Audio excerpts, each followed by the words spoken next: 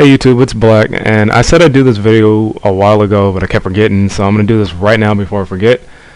This is for those who haven't seen the new Bujin or War God stuff that comes out in Shadow Specters. And as of now, they have 7 new support cards, and the first one is this. I'm going to say I'm probably going to butcher the hell out of these names, so please forgive me for that. This is Bujin Mikazuchi, and his effect is, when a Beast Warrior type Bujin monster you control is destroyed by a battle or card effect and sent to the graveyard, you can special summon this card from your hand.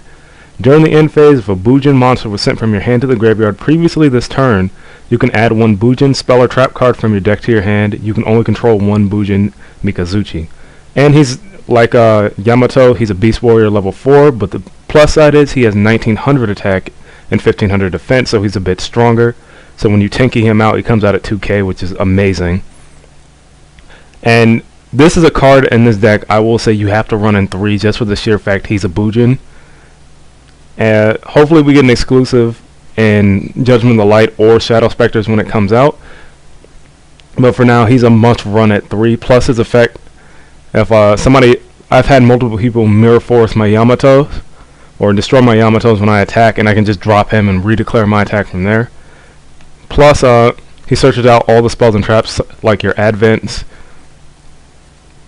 your, what's it called now? Bujin Ornament Apparition, and your new one, which is called Bujin Mirror Resonance, which I'll get to later in the video. Moving on to the new relics, we have, the first one is Bujin Relic Yata.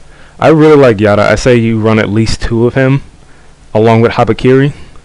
He's a wing beast, level 4, 1700 attack, 1800 defense, and his effect is, when a Bujin Beast Warrior type monster you control is targeted for an attack by an opponent's monster, you can send this card from your hand to the graveyard, negate the attack, and if you do, inflict damage to your opponent equal to half of the attacking monster's attack. You can only use the effect of Bujin Relic Yata once per turn, yada yada whatever. But I actually really like this card for the sheer fact I can combine it with Habari if my opponent has multiple monsters on board, and I can only get over 1.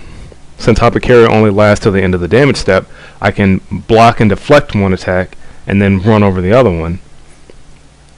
So, but 3, I'd say 3 is a little doing it.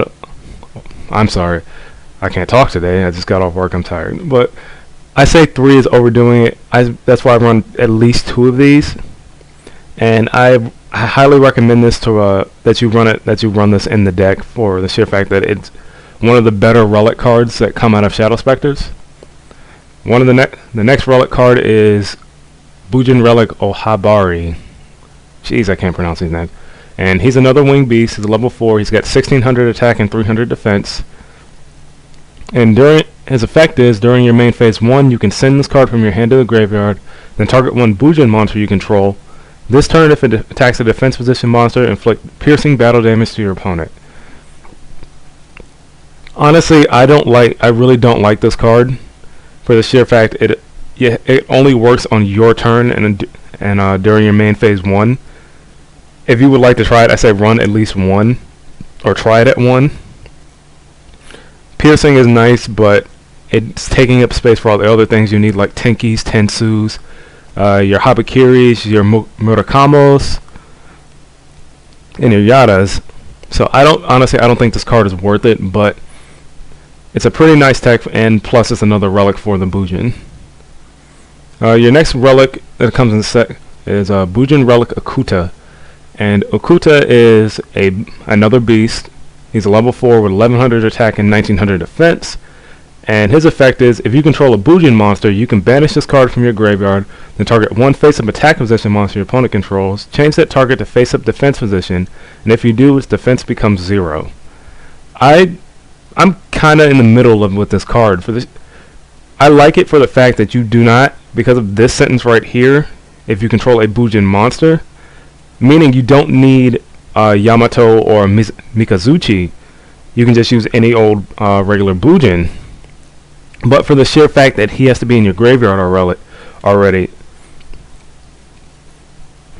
to use his effect is what kind of kills it for me. Even though he's got a nice behind it with 1900 defense, I see only maybe running 1 of this card to test out certain builds. So your next one is going to be Bujin Relic Hachi.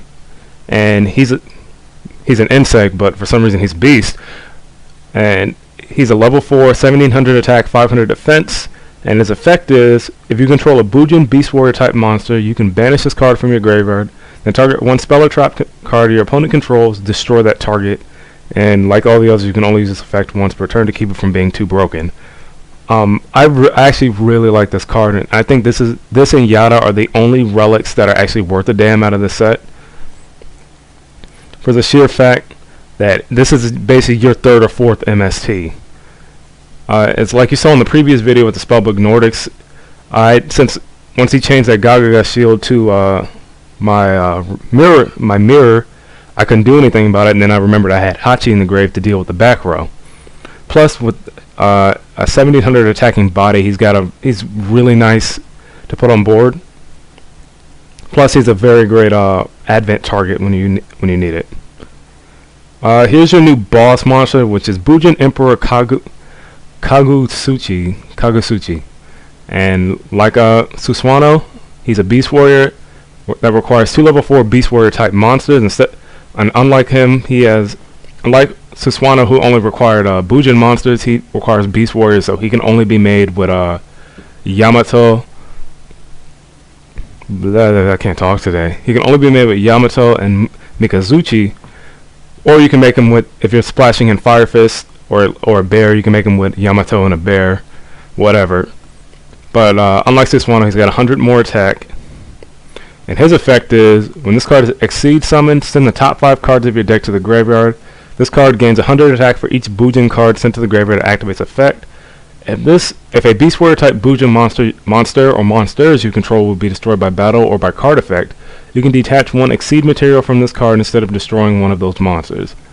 I like the protection effect, but the milling 5 cards can really hurt sometimes.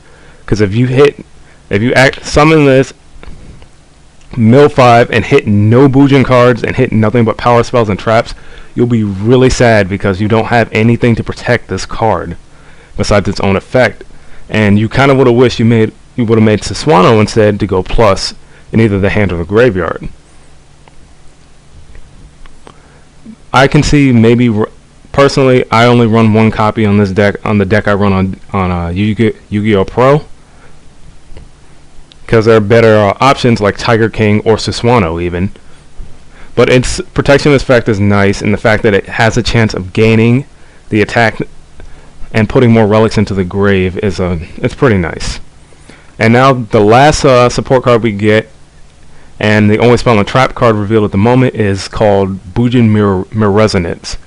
And for those of you who were playing the X-Saber format of like 4 years ago, this is the cold wave for Bujins, but it's had its nuts chopped off so bad, it's not like Cold Wave.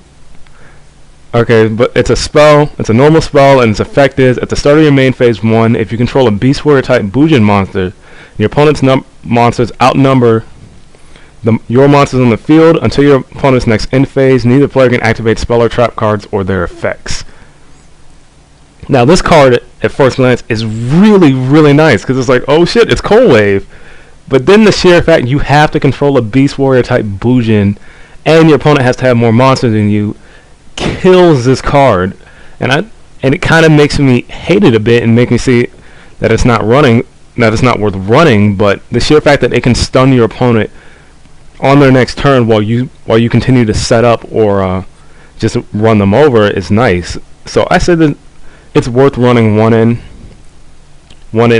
any sort of Bujin deck. But that about does it for the new support. But I'm really hoping for some more. I do like the new stuff, but I feel like this archetype really needs a little bit more of a push in order to meet, I guess, the high tier level that it can be. But there are a lot of weird experiments I've seen. I've run into a lot of interesting Bujin decks.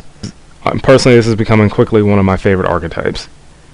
But if you all made it through my mouthing and half-assing this thing, I'm sorry. I'm really sorry. I'll probably re-record this later. But anyway, thank you all for watching. Stay black, and I'll see y'all next time.